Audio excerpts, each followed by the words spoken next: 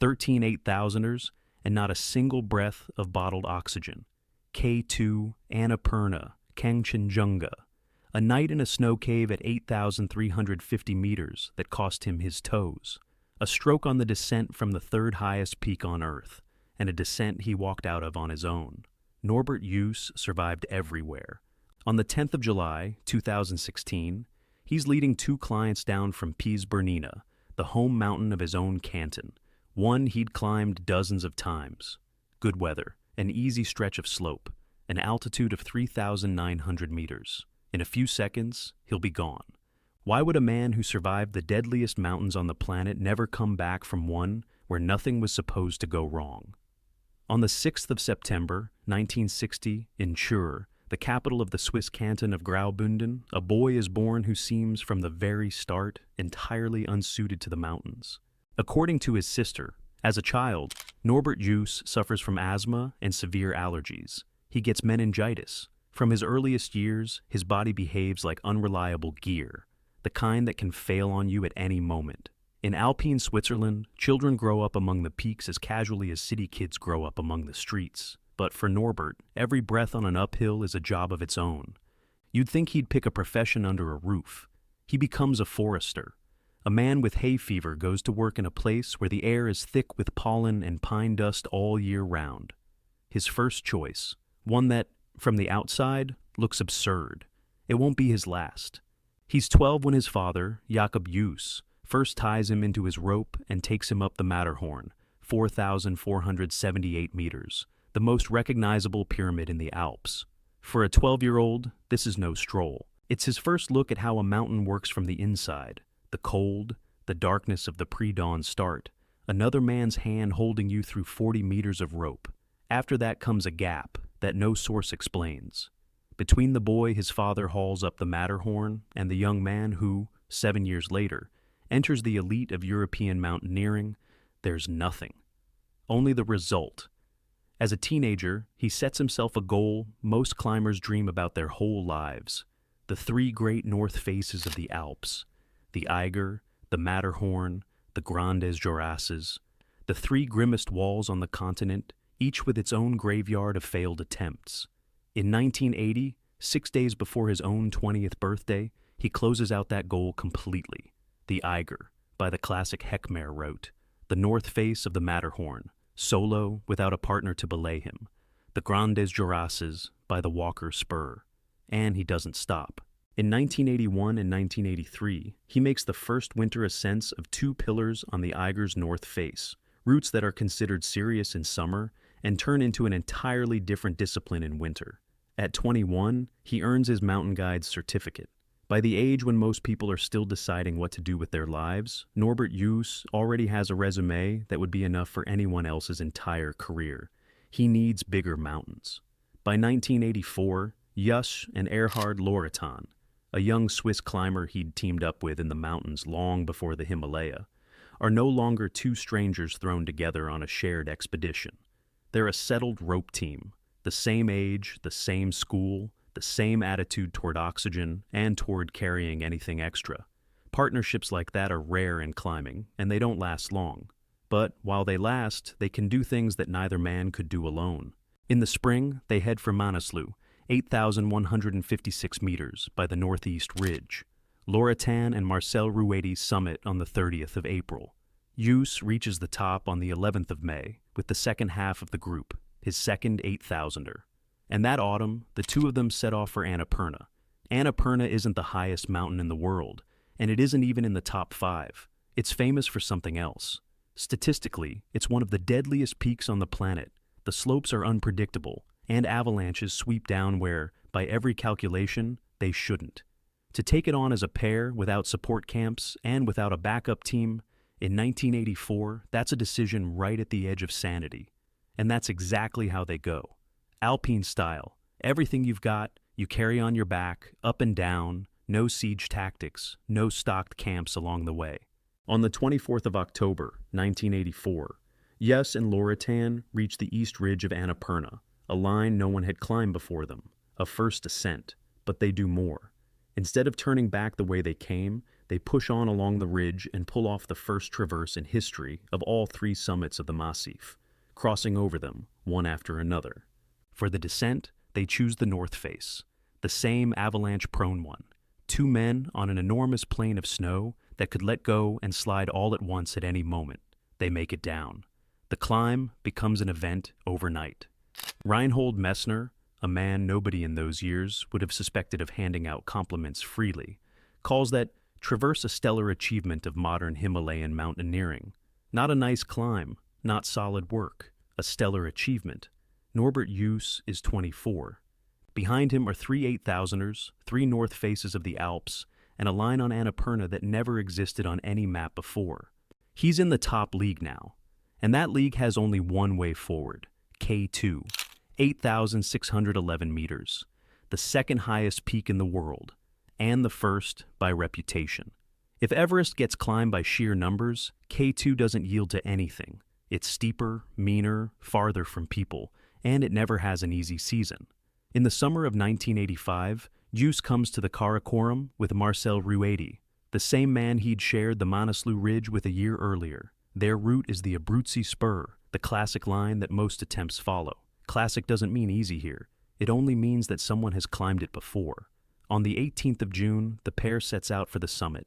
Their starting point is Camp 4, at 7,940 meters. From there, about 700 meters of climbing remain to the top, a distance you'd cover in an hour down low, and that up here can take an entire day. They run out of day. They climb slower than planned, and at some point it becomes clear.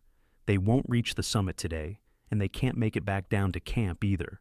Darkness catches them at an altitude where a human being is not meant to spend the night. They dig a cave in the snow and stay in it. 8,350 meters. No tent. At that altitude, the body doesn't recover. It burns itself down. Every hour spent up there is subtracted from a reserve that's almost gone to begin with. Joos would later write a line in his diary that his biography would quote, "It's nights like these that fill him with fear, the way a dark cellar frightens a child." A man who soloed the north face of the Matterhorn describes his fear through the most ordinary childhood comparison. He isn't trying to look like a hero.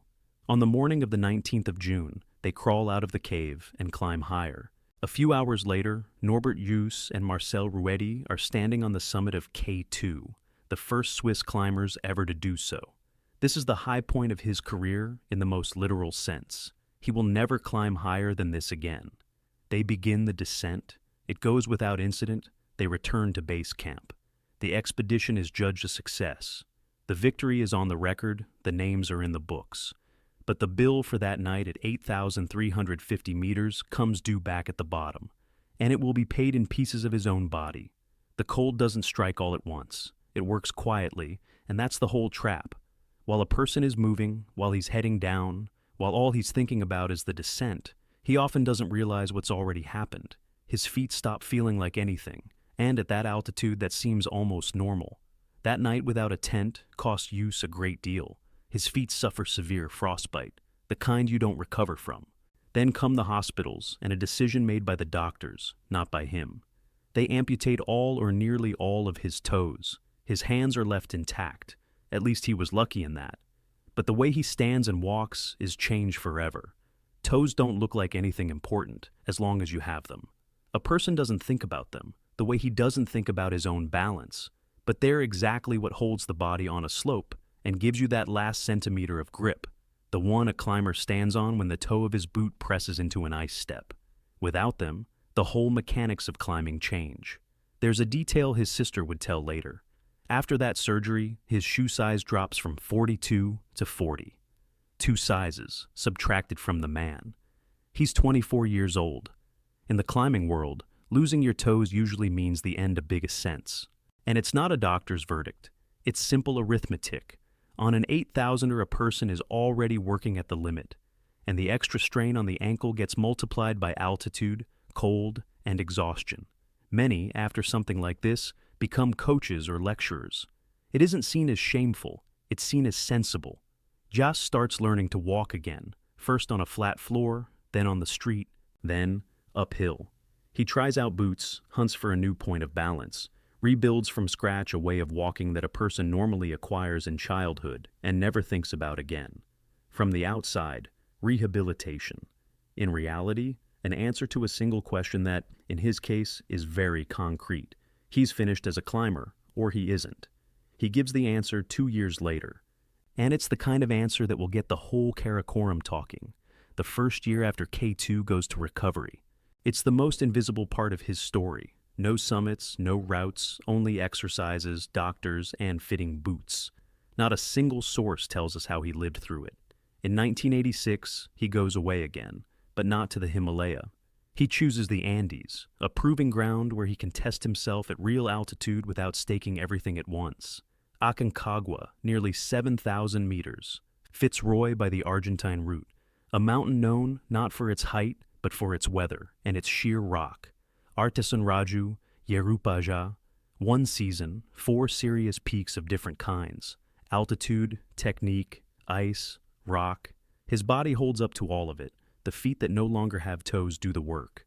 Now, Joos knows enough to go further. And what he chooses next is, to this day, hard to explain by ordinary logic.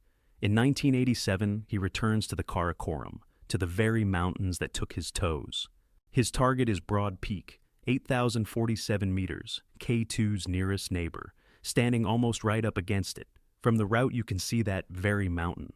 He goes at it alone, not with a partner, not as a pair, not as part of an expedition. Solo, without supplemental oxygen, as always. On feet with no toes.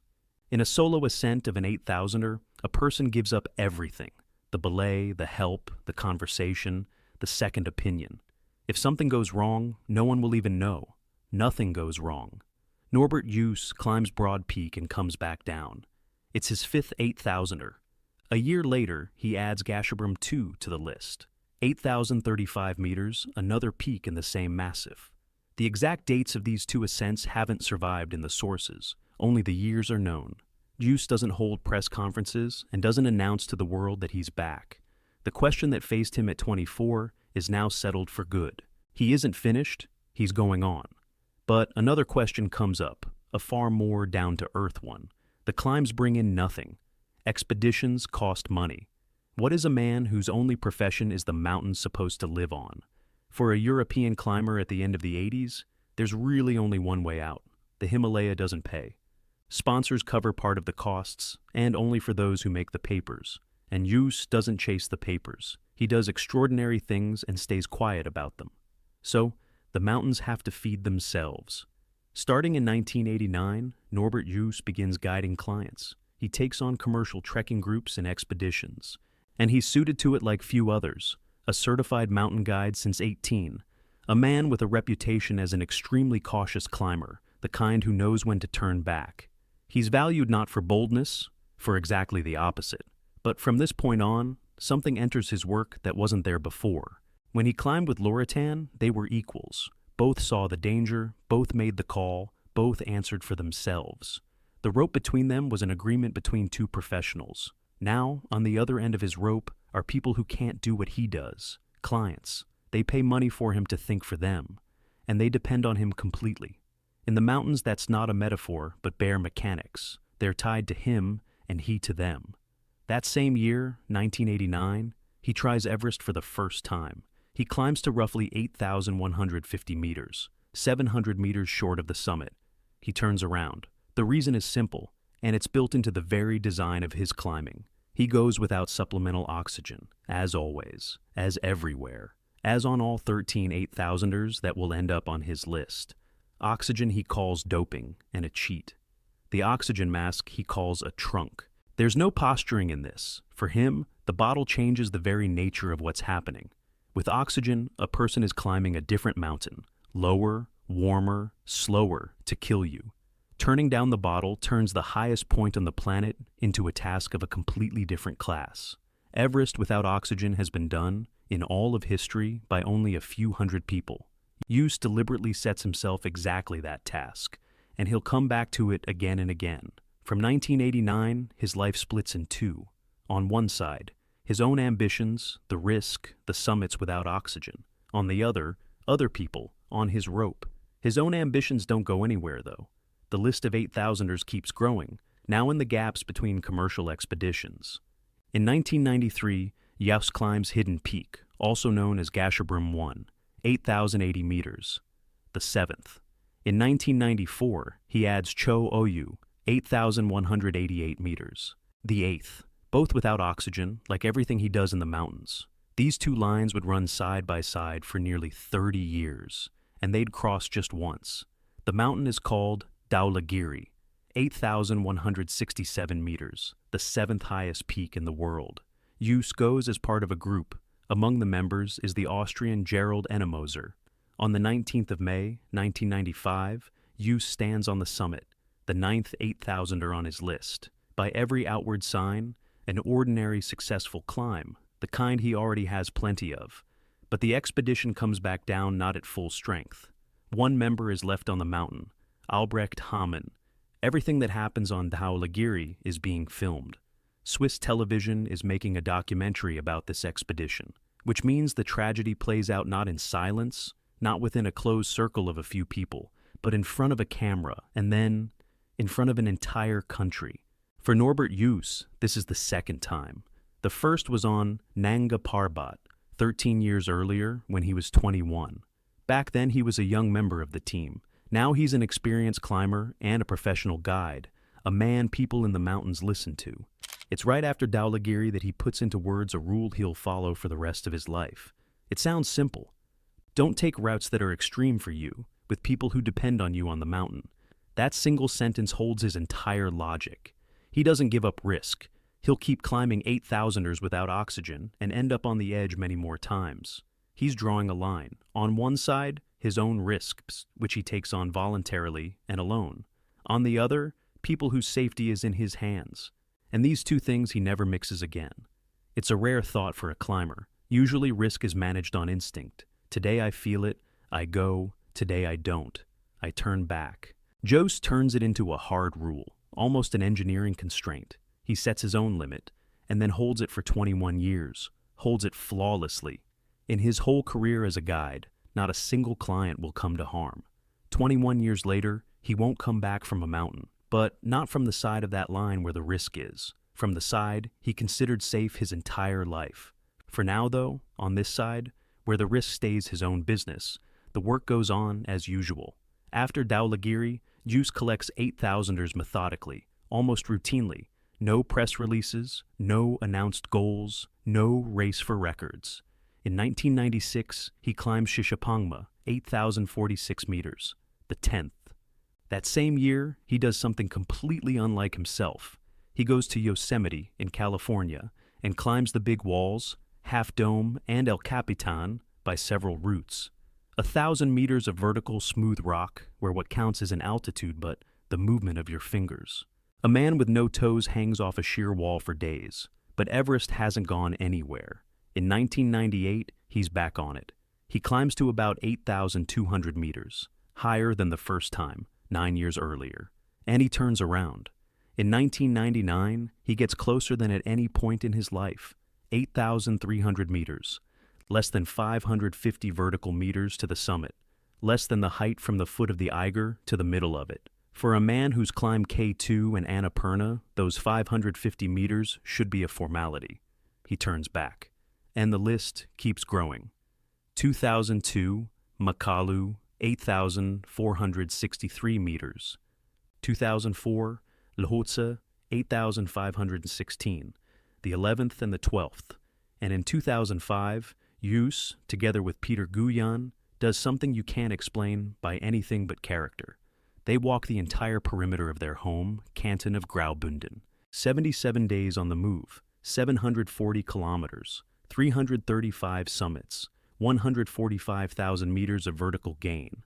Add up everything they climbed over those days, and it comes out to more than 16 Everests from sea level. Outside Graubünden, he's still almost unknown. Among professionals, he's regarded as one of the strongest climbers in the country. His list is missing one mountain, the one everyone knows. And he's already 45. And he's not flying to Everest. He's flying to Kangchenjunga, 8,586 meters, the third highest peak in the world. A mountain with a heavy reputation and a very long route. Spring of 2006. On the same expedition are people the entire climbing world knows: the Austrian Gerlind Kaltenbrunner, the German Ralf Doimowitz, the Finn Vika Gustafsson. Top-tier company. On the 14th of May, 2006, Norbert Joos reaches the summit of Kangchenjunga, the 13th 8,000er, the 13th, without oxygen like everyone before it. He turns downward, and somewhere on the descent, something happens to him that no climbing scenario accounts for. He has a stroke, not a fall, not an avalanche, not frostbite. A blood vessel in the brain. The kind of thing that happens to people in warm apartments, in line at a store, behind the wheel. To him it happens at an altitude where a helicopter can't fly, where a rescue is physically impossible, where a man can count on nothing but his own legs. He's 45 years old, and he's in the most unsuitable place on the planet for this. He descends on his own. The sources didn't preserve the details of that descent. All we know is that he made it. A man with brain damage at an altitude where a healthy person can barely think, walks the whole way down and stays alive. The consequences show up later, at the bottom. The stroke hits his speech. Norbert Joos has to learn to talk again, to read, to write. He's 45, and for the second time in his life, he's piecing back together something a person is given once and for all in early childhood. The first time, he learned to walk again. Now, to say words. The doctors look for a cause and find it. He has a congenital hole in his heart, a septal defect he'd never known about his whole life. The very flaw with which he climbed 13 8,000ers without oxygen. His entire career he'd gone up to altitude with a bomb in his chest and had no idea. The first catastrophe took his toes. The second took his speech. Both he clawed back. One mountain remains. In May 2008, Norbert Joos sets out for Everest for the 6th time. It's worth listing exactly what he brings up there with him. 47 years old, feet without toes, a stroke behind him, a heart with a congenital defect he now knows about, and a flat refusal of the oxygen bottle that he hasn't backed away from once in 26 years. He climbs to about 7,450 meters. That's lower than any of his 5 previous attempts.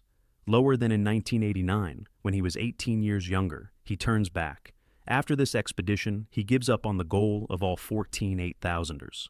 The sum of his life in the mountains looks like this: 13 out of 14. In the country, at that point, only Erhard Loretan stands above him. And here comes the question everyone who learns this story asks. Had Joos taken oxygen, he would have stood on the summit of Everest. Not probably, almost certainly. And everyone who knows the mountain agrees. A man who's climbed K2 and Kangchenjunga is physically capable of climbing Everest with a bottle. Thousands of people have done it, many of them not fit to tie his boots. All he had to do was turn one valve. He didn't do it, 6 times over. 6 expeditions, 6 months-long preparations, 6 returns home without the summit. He could have closed out the list of 14 8,000ers and gone down in the world history of mountaineering, simply by agreeing to breathe. To him belongs the line that explains all of it. Everest can't be bought. After 2008, he lives more quietly. His steady rope partner becomes the Italian Rosa Moratti. With her, he climbs Statene in Norway, the Putere Integral on Mont Blanc, the north face of the Eiger. These are still serious routes, but no longer the Himalaya. He guides clients. He stands behind the counter of his shop in Chur. He gives lectures. There are no more big risks in his life. In July 2016, he leads a group up Piz Bernina, 4,049 meters, the highest point of the canton of Graubünden and the only 4,000er in the Eastern Alps. For Norbert Joos, this is a home mountain in the most literal sense. It stands in his canton. He'd seen it his whole life. He'd climbed it dozens of times, alone, with friends, with clients. For a man who once bivouacked without a tent above 8,000 meters, this is work, not a test. The group is 5 people. The night before, they sleep at the Chirva hut in the Roske Valley, the standard starting point for this route. With Joos go 2 clients from the Italian province of Bergamo, Giovanni Lanfranchi, 58, and Anna Filicetti, 56. People of mature age come to the mountain with a professional guide, exactly as it's meant to be done, exactly as it's right. On a separate rope go Rosa Moratti and Giuditta Signori. They make the ascent by the Biancograt. It's one of the most famous lines in the Alps. A long snow and ice ridge, thin, curved, rising to the summit in an elegant white arc. They call it the Stairway to Heaven. Climbers come from all over Europe to travel this exact line, not because it's the easiest way up, but because it's beautiful. The day couldn't go better. The weather is good. The group moves at a normal pace. A representative of the Pontresina Mountaineering School would later confirm this, assessing their schedule. They reach the summit without a single incident, 4,049 meters. The top is taken. The most spectacular part of the route is behind them. Ahead lies only the way down. Descending by the same Bianco Grat is long and awkward. The ridge is narrow, and moving back along, it eats up a lot of time, especially with clients. So, Joos chooses the other option.